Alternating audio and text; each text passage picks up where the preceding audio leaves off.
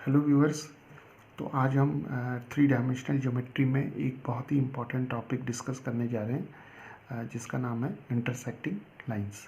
तो यहाँ पर हमें दो लाइंस दे रखी हैं, उनकी कार्टेशियन इक्वेशन दे रखी है हमें। x+1/3 equal to y+3/5 equal to z+5/7 and x-2/1 y-4/3 and z-6/5। हमें यहाँ पर इस प्रॉब्लम में ये देखना है कि ये दोनों लाइन इंटरसेक्ट करती हैं, राइट। और हमें फाइंड आउट करना है पॉइंट ऑफ इंटरसेक्शन, राइट। तो शुरू करते हैं इस प्रॉब्लम को। तो हमारे पास जो पहली लाइन है L1, वो है x+1/3 y+3/5 और z+5/7, और दूसरी लाइन है x-2/1 y-4/3 और z-6/5, राइट।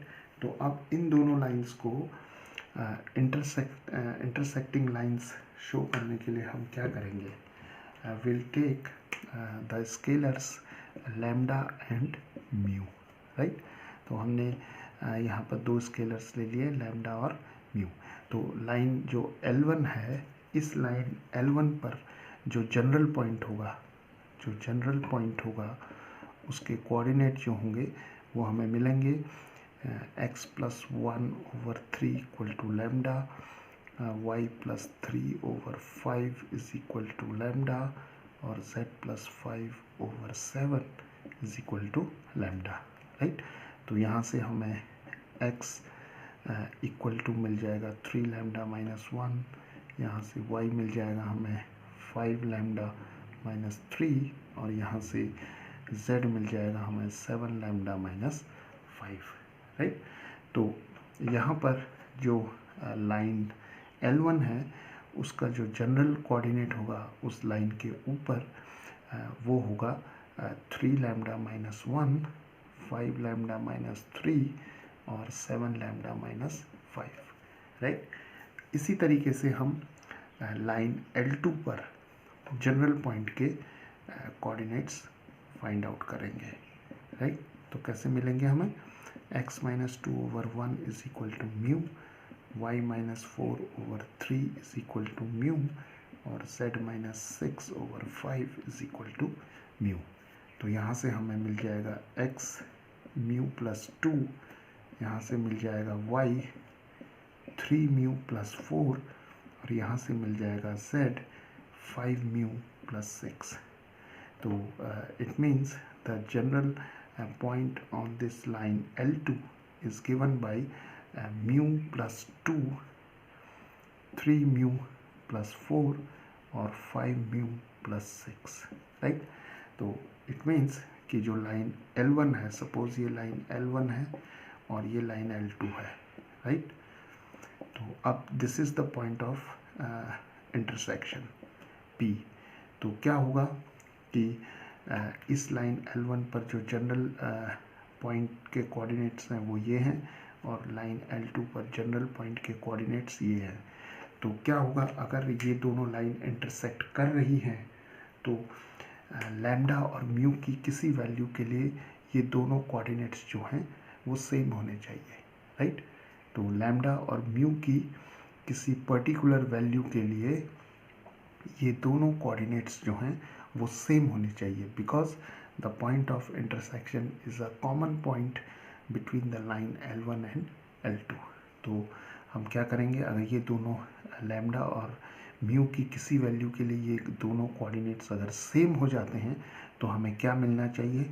हमें मिलना चाहिए 3 lambda -1 is equal to mu +2 और 5 lambda -3 is equal to 3 mu +4 और 7 lambda -5 is equal to 5 mu +6, ये मिलना चाहिए हमें, right.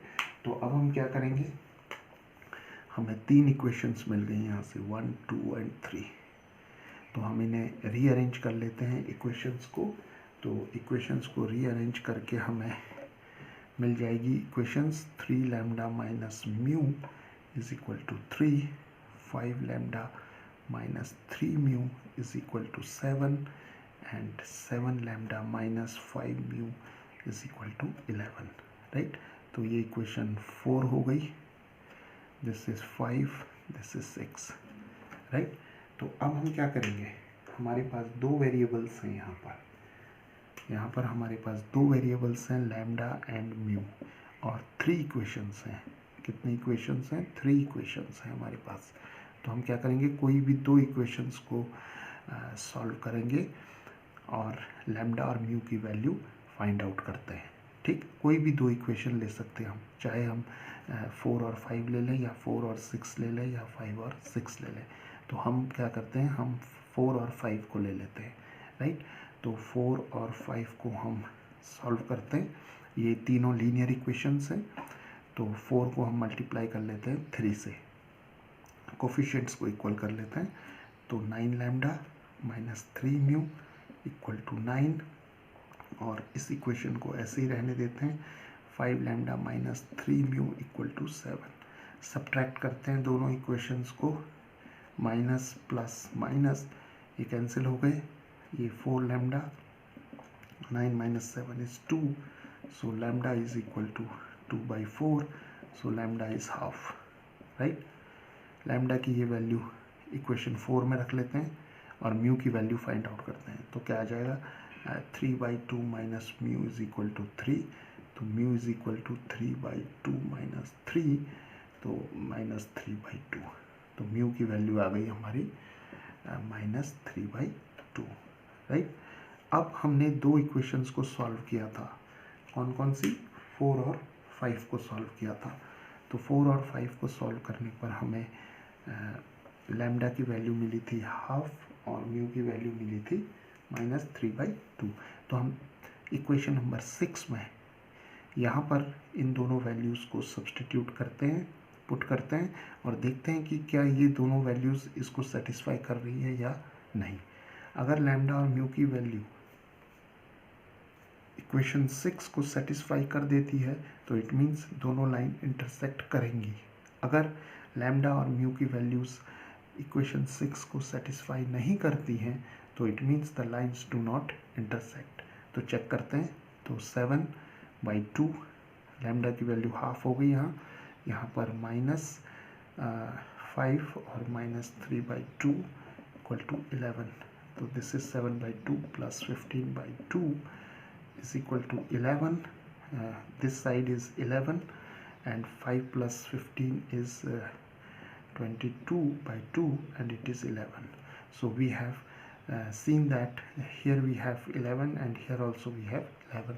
So these two values satisfy equation number 6. तो हम ये कह सकते हैं कि both the lines intersect. Both the lines intersect. अब हमें पॉइंट ऑफ इंटरसेक्शन के कोऑर्डिनेट्स चाहिए, तो हम क्या करेंगे, लैम्डा की वैल्यू हाफ जो है वो यहाँ पर भी रख के हम कोऑर्डिनेट निकाल सकते हैं, और म्यू की वैल्यू माइनस 3/2 यहाँ पर रख कर भी निकाल सकते हैं। तो लैम्डा की वैल्यू हम हाफ यहाँ पर रखते हैं।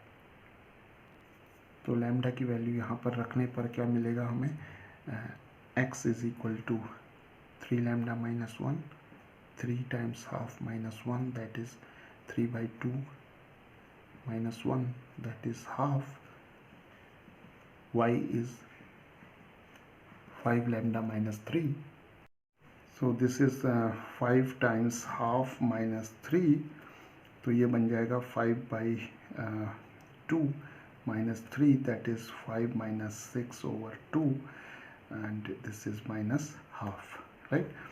तो z की वैल्यू आ जाएगी 7 लैम्डा माइनस 5 और लैम्डा की वैल्यू हाफ रखेंगे, तो 7/2 minus 5, so this is 7 minus 10/2, तो माइनस 3/2। तो इस तरीके से हमने ये देखा यहाँ पर कि x की वैल्यू आ गई हमारी हाफ और y की वैल्यू आ गई माइनस हाफ और z की वैल्यू माइनस 3/2।